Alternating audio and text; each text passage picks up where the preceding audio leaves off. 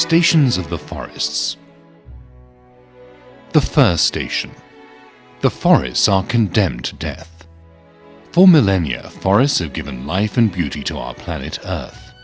They've provided water for its rivers, nourishment for its flowers and plants, and homes for its animals, for the fish and the birds. They help to regulate our climate. In the book of Genesis, God the Creator says, "See, I give you all the seed-bearing plants that are upon the whole earth, and all the trees." The writer of Psalm 96 tells us that the forests sing God's praises.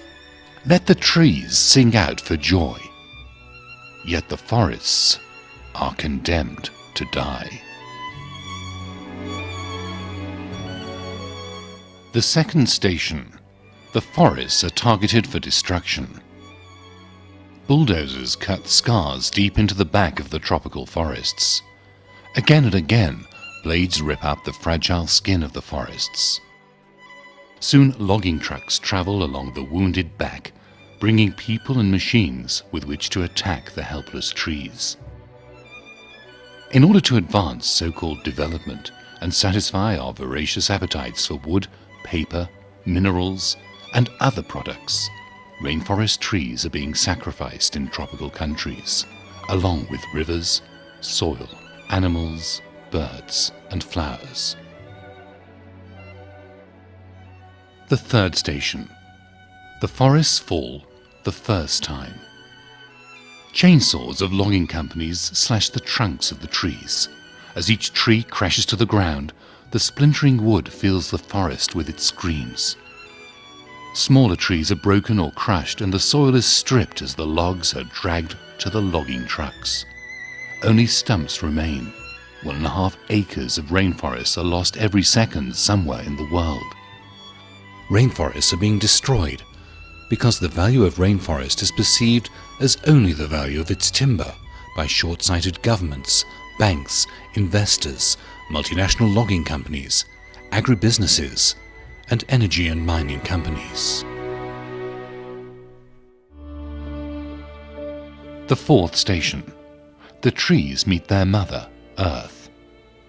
Like a mother, the soil protects the seeds and nourishes the young trees. Now the trees lie dead in the arms of their mother, Earth. The whole Earth, too, is under threat, for without the protection of the sheltering trees, the life-giving soil will erode and disappear. Without sufficient tree cover to absorb the rains and fossil fuel gases produced in our industrial societies, the climate becomes less hospitable to all life on Earth.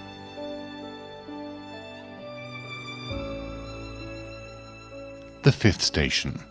The loggers help carry the logs. For a few coins, people are hired to cut and carry the logs. They cannot refuse because they need to buy food for their families. When the forest is destroyed, they'll be hungry. Tragically, the poor help to destroy their own future in order to eat today. They and those who try to help them use the forest sustainably, often fall victim to human rights abuses, and are even killed.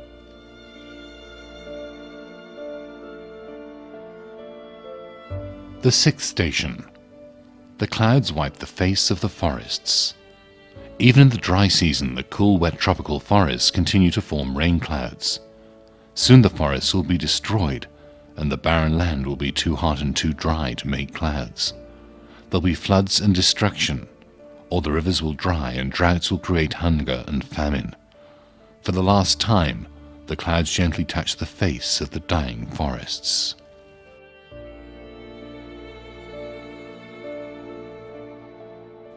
The seventh station. The forests fall the second time. Forests are cleared to make way for cattle ranches, biofuel plantations, and urban sprawl. Very often the wood is simply burned to make charcoal or burned for agriculture, with massive forest fires releasing hundreds of tons of greenhouse gases into the atmosphere. The eighth station. The forest people weep for the trees.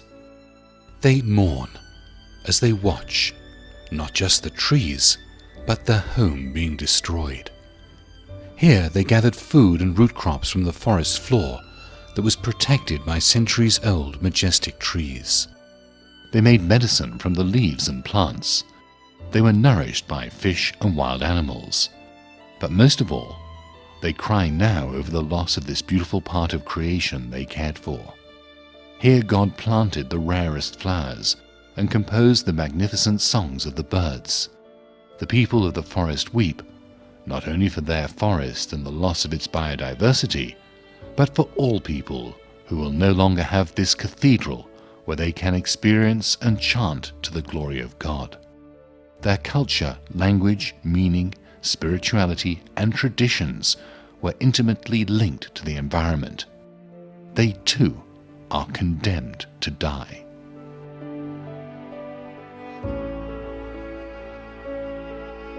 The ninth station. The forests fall for the last time. The seeds of the trees left in the soil try to sprout again, but become victims to mining companies that come to claim the gold, copper, nickel, and other minerals. They claim the trees and the rivers as theirs. The people are left without rights to their lands. They receive meager compensation, 30 pieces of silver. The soil and the agriculture that the poor people depend on are sacrificed to feed globalization. The mining companies destroy the landscape, even the mountains, to get at the minerals beneath. These are regarded as more valuable now than the trees, the land, the marine environment, and the local people. Pollution from mining operations poisons local agriculture, rivers, and seas. The harmony between people, land, sea, and air is broken. The 10th station. The land is stripped. The loggers and miners are gone. The forests are now deserts, wastelands. Only rocks and sand and enormous craters remain. There are no trees to protect the soil, and there's no soil where new trees can grow. There's no food, no rice or corn. There are no animals, no birds, no flowers, no fish. There are no loggers, no slash-and-burn farmers, no mining companies. There are no fresh and clear streams and rivers. There are no forest people. The stripping of the land means death for life itself.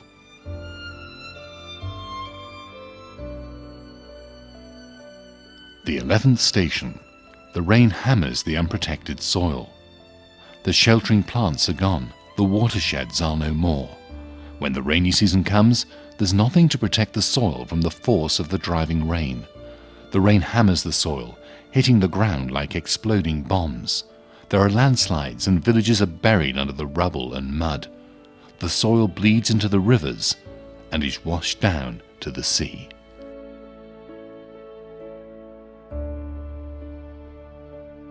The 12th station. The forests are dead. The death of forests is forever. Once the rainforest is destroyed, all the forms of animal and plant life that live in the forest can never come back to life. In only a few years, the beautiful forests which took God millennia to create are destroyed forever by humans and their machines.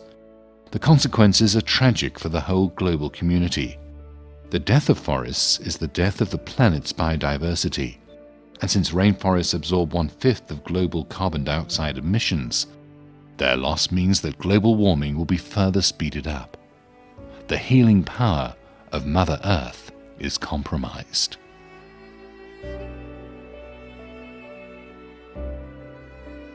The 13th station. The forests and the minerals are taken down to the seaports for export. Little of the wood from the forests remains in the global south. Wood and minerals are taken away in ships to wealthy nations, whose remaining forests and environment is protected. The tropical forests are gone forever, taken away to be buried in foreign lands. Before humans started destroying the rainforests, they covered 15% of the Earth's land area. Today they cover less than 7%.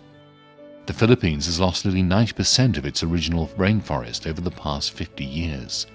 Thailand, 80%. Experts estimate that the last remaining rainforests, including the mighty Amazon rainforest, could disappear within the next 40 years.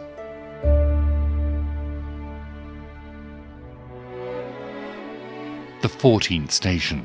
The burial of the forests is the burial of the people. The forest is dead. The loggers and poor farmers return to the lowlands to look for work as farmers and fishermen. But floods and droughts caused by deforestation and pollution have ruined the lowland farms, and the soil that was washed to the sea has destroyed the fishing areas. The death of the forests has become the death of the people.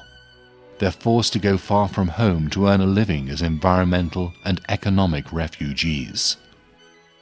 In Luke's Gospel, Jesus turned to those who were weeping as he walked to Calvary and said, "Do not weep for me. Weep rather for yourselves and for your children. For if this is what is done to green wood, what will be done when the wood is dry?"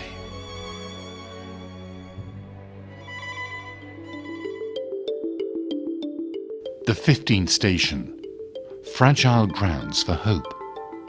After the burial of Jesus, there is a 15th station, the resurrection. The forests that are dead are finished and cannot be brought back to life again. Christian hope must be based on what can be done with the forests that remain. We can and must act now, or they too will soon be gone. The task of preserving and healing our planet is a daunting one, given human greed and the relentless drive of our plunder economy. But there is also generosity, and people have given their lives to protect the forests and the people who live there. God has given us creativity and ingenuity, which we can harvest in the service of life. The Spirit of God, who breathed over the waters and brought life out of chaos, urges all people to enhance and protect the integrity of creation. We must change our lifestyles and take action now, both commercial and political, to safeguard the life of the forests that remain and the poor who depend on them. We should live simply so that others may simply live. Let us listen to the stories of the rainforest peoples, to those affected by mining and climate change around the world. Together, we can change and protect our home, planet Earth. We can and must live sustainably so that future generations can live on the vibrant planet we have inherited. Let us together renew the face of the earth.